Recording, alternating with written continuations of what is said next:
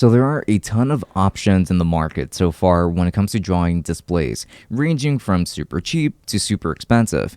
But let's be honest, students don't really have a lot of money to spend, even on the necessities.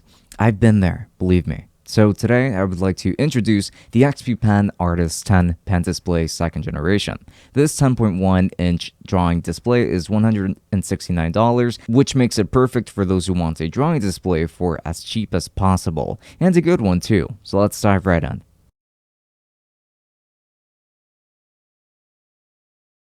So this product was sent to me for review, but all of my thoughts will be my own in this review, as I certainly don't benefit from lying to you. But with that said, let's begin with an unboxing. Inside of the box, you're going to find the tablet itself, which is wrapped around the plastic covering. Then you will find the stylus, which is actually pretty nicely shaped. Then there's going to be a box with some accessories in it, such as instructions, a microfiber cloth, replacement tips for the pen, and a glove. Next, you will find the cables, which one consists of a USB extension cable if you need it, but the other is a USB-C to double USB-A and HDMI. And that's pretty much everything that you get in the box. So the exterior design of this tablet consists of plastic and glass for the front. This is a hefty design, so it does not feel cheap in spite of the price. It's pretty well built for what it is, without a doubt. On the left, you're going to find a power button and a brightness slider or rocker for adjusting the brightness of this display on the fly.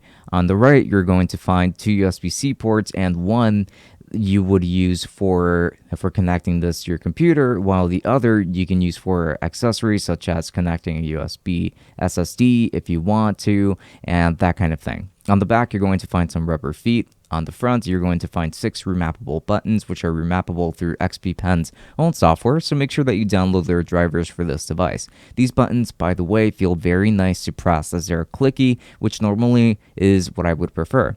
But the construction and the ports, honestly, everything about this seems very nice for the money.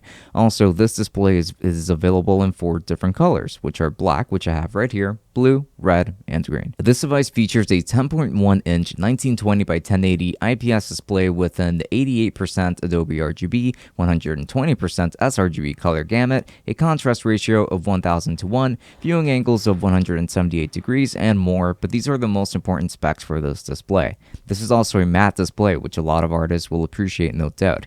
This display is pretty good here too, and while it doesn't get too bright, you will definitely be using this indoors where the brightness will be more than sufficient for just about anyone. It's pretty colorful, but certainly not overly saturated by any means, as any drawing display, at least any good drawing display, would aim for more natural colors instead of vibrant. And that's what you get here, a display that offers accurate colors.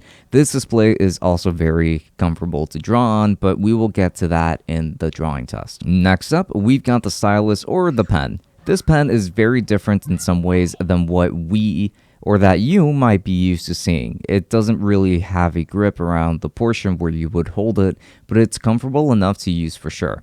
There's also a textured remappable button on that part of the pen, which is always handy to have. This pen is not rechargeable, but it is X3 powered, which means that it should have a long life ahead of it. There's also 3 grams of actuation force from it, so it doesn't take a lot to apply pressure with it. You get very light lines if you want, or very thick and heavy lines if desired, very easily, which I appreciate. This pen ended up being much better than I expected. Now, the buttons on the tablet portion itself are really nice, and I use them a lot for mapping different functions to these. While you can remap these to any keyboard function that you want, it's really the feeling of the buttons that sells me on them. They don't feel cheap at all and feel very responsive when pressed. There isn't really too much more to say about these buttons, but I wanted to bring up a reminder as these are just really good, tested on any tablet before this. So finally, we make it to the drawing test, and I really enjoyed drawing on this device. This is due in part to the anti-glare, no parallax error, paper-like surface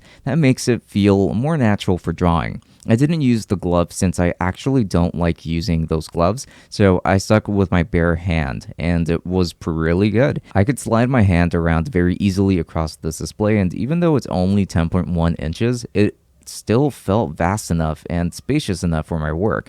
I felt like I would work on quick sketches or line work very easily and would even make very complex pieces if I wanted to. You can also turn off the display if you want to use your main screen for drawing instead, but this does act as a secondary monitor too, and that's how I used it, as that's just what I prefer. But in spite of the size, I never felt hindered by what this display offers, and that's a pretty big deal considering how much this product costs and what it does for that budget. And with about 8,000 points of pressure sensitivity, this always felt very responsive for any kind of artwork that I needed to work on, whether it was a still drawing or animation. I think XP Pen did a fantastic job within their budget here, and I'm pretty happy with it. So genuinely speaking, I don't really have any complaints about the display itself, as I think that it's fantastic and the stylus is pretty good too, but I do wish that we had a rubber grip around the portion that you do grip for greater comfort, and I don't really experience fatigue with the current setup, but that additional padding would be very nice.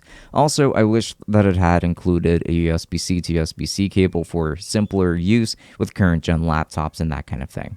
And that's pretty much everything that I had to say about this product. I had to keep my expectations in check with it because of the price point. Obviously, there are plenty of things that could always use improvement, but for $169, I'm not complaining very much here. I can strongly recommend it if you have a tight budget, because this is currently the best option around for students in particular. This should last you a good few years before you want to upgrade. So I say, go for it. So thank you so much for watching this video all the way up until the very end. I do very much appreciate it. Now, I am going to be leaving affiliate links to Amazon in the description. And so if you are to use those links to Amazon and you make a purchase, you'd be helping out the channel quite a lot, actually. So I would really appreciate it that if you were to use any of those links that you went with Amazon, but I am still going to be leaving links to the official store and that kind of thing, so that you do have other purchasing options. Those will not be affiliated, so don't worry too much about that, but the Amazon one will be affiliated for sure. So again, thank you so much if you end up using my link. And with that, I also wanted to say that I do have other ways where you can reach me. You can find me on Twitch, where I do stream every Wednesday and Thursday, usually at around nighttime. You can usually find me at around 7 p.m. as of lately, honestly, or around 8 p.m. as well. I did try to set a schedule for 8 p.m., but I usually end up streaming a little bit earlier, like at around 7:30, quite frankly. So yeah, please make sure to follow me so that you don't miss any of my streams. You can ask any of your questions live. And you can also find me on Instagram if you have any more questions.